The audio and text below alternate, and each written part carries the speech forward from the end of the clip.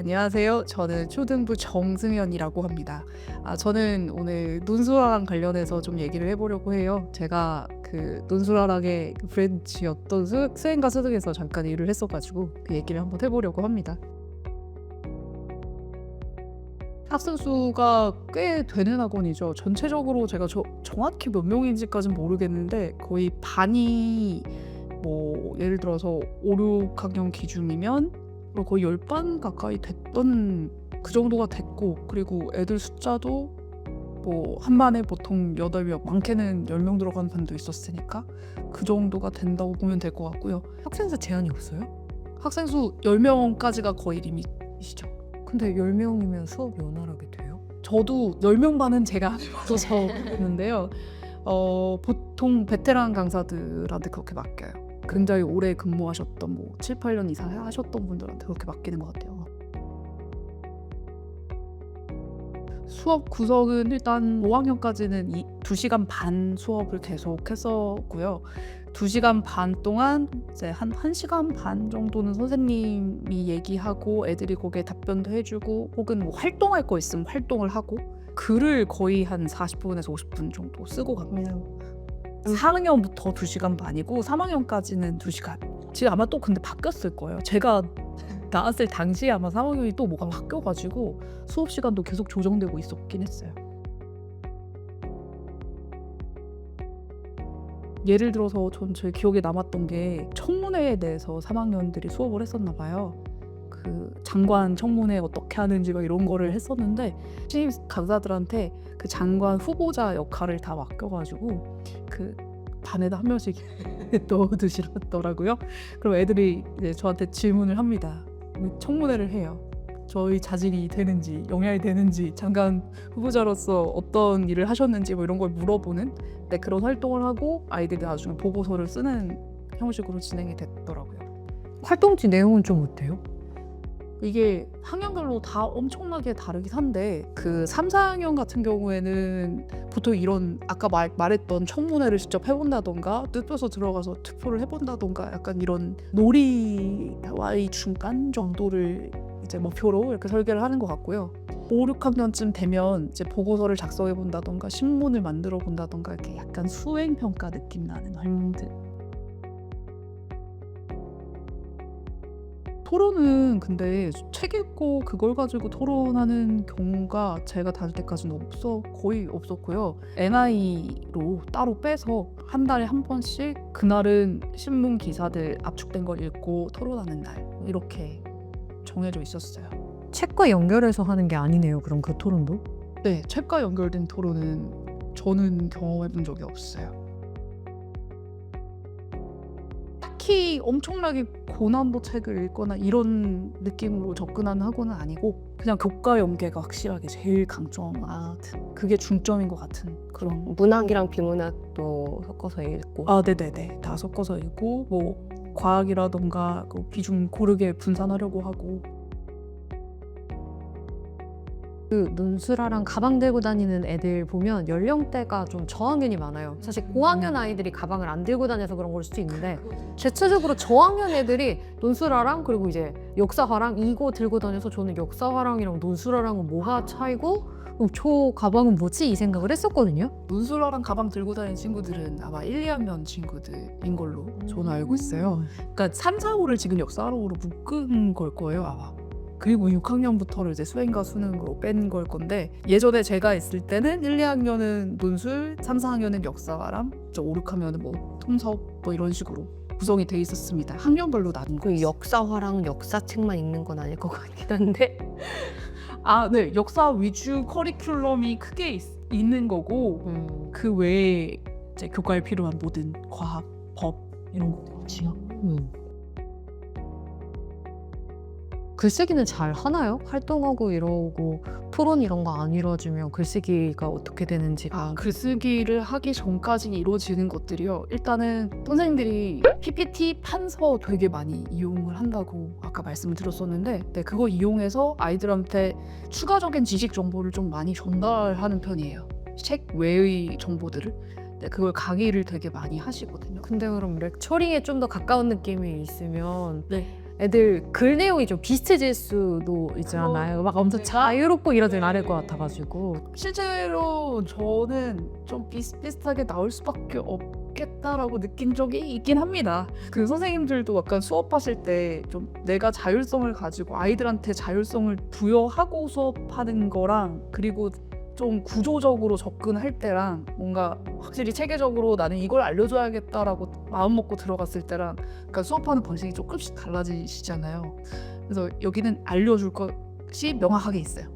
그러다 보니까 어느 정도 그 구조 안에서 아이들을 가르치게 돼 있는 것도 있어요. 나중에 그 주제를 일단 3, 4학년까지는 부여를 해주니까 네. 그렇게 되면 약간 비슷한 얘기가 나오는 것도 네, 맞지요. 근데 정리가 필요한 학생한테는 좋은 수업일 수 있는데 자유로운 글이 나오지 않는다는 건 크게 보면 아쉬운 부분일 수 있지만 니즈에 따라 다르겠네요. 남들이 봤을 때는 다른 학원처럼 느껴지거든요. 네. 그런 것을 목표로 아마 하고 그렇게 운영을 하실 것 같긴 해요. 특히 수행과 수능은 아예 좀 다른 차원으로 빼주려고 한 것 같아요. 이제 수능 교육이나 수행 평가 준비 이런 게 되게 중요하게 여겨지다 보니까 요즘 학부모님들의 제일 큰 니즈 중에 하나가 그거잖아요. 수행 평가도 준비를 해야 되고 학종 때문에 그리고 수능도 같이 준비를 해야 되는데 그 논술로 다 커버할 수 있을까요? 라는 얘기가 이제 나오면서 수행과 수능 브랜치를 만든 것도 있겠죠. 그 글쓰기 수준은 뭐 어디든 그렇겠지만 정말 학생의 면이 있어요. 근데 그 말씀드렸다시피 구조적인 수업을 하는 것의 단점은 아이들이 똑같은 글을 쓰는 거, 장점은 그래도 어느 수준까지는 끌어올린다는 거잖아요. 그래서 그런 점을 좀 이제 장점으로 보고 있는 곳인 것 같습니다. 일단은 한국의 학업에서 한국의 학교 구조를 잘 따라가고 싶은 학생들. 사실 저의 이미지는 그 논술아랑이나 한울이 다 저학년 때 좀 하고 고학년 때 다른 학원을 찾으시거나 하는 경우들도 많고 예전 학원 여기저기 옮기시면서 이제 어느 정도 맞춰서 가시는 경우가 있잖아요. 근데 논술아랑은 그냥 제 느낌에는 약간 3, 4까지 다니고 고학년 때는 좀 다른 데를 찾아 떠드는 그런 느낌이 좀 있어가지고 그런 부분이 궁금하긴 했어요. 다니면 1, 2 때는 좀 잘 다니고 그때까지는 이제 학생들이 전반적으로 오래 유지하는 학원이기도 하잖아요. 네.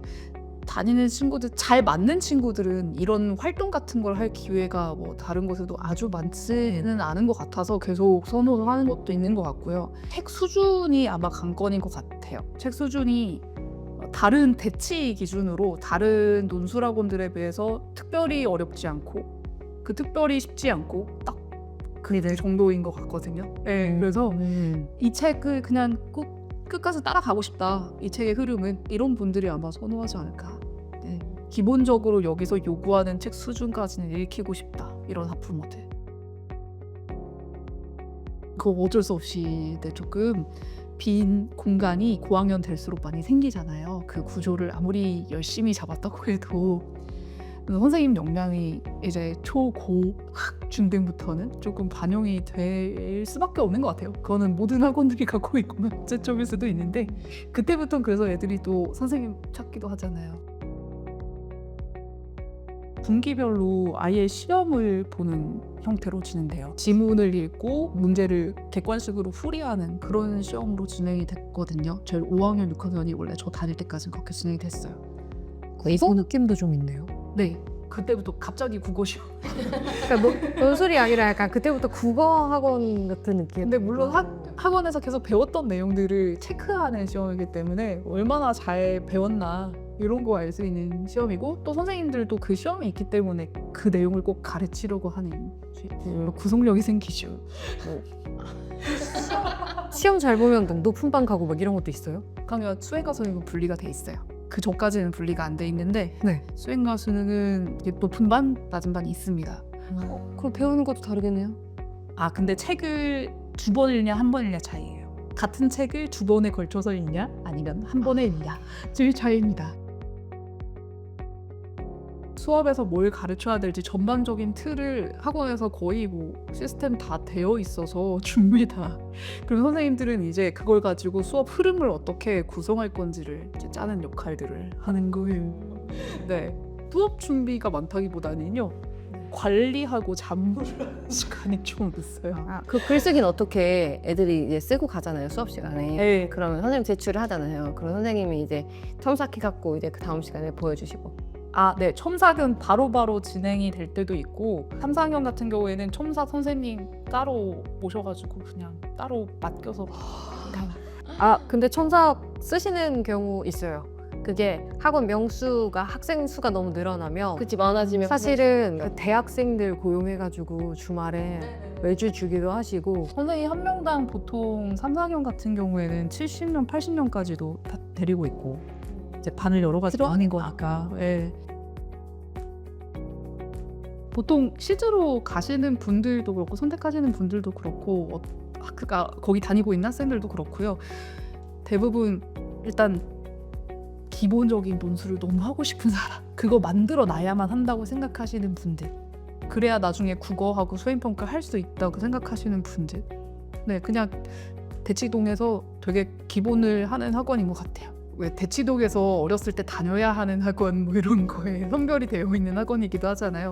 딱 그런 스타일의 학원입니다. 그 대치동에서 보통 추구하는 것들, 그 추구하는 학생의 이상적인 모습으로 가기 위한 한 단계를 가르치고 있는 느낌인데 다른 주요 과목, 수학하고 특히 영어 어렸을 때 되게 많이 하잖아요.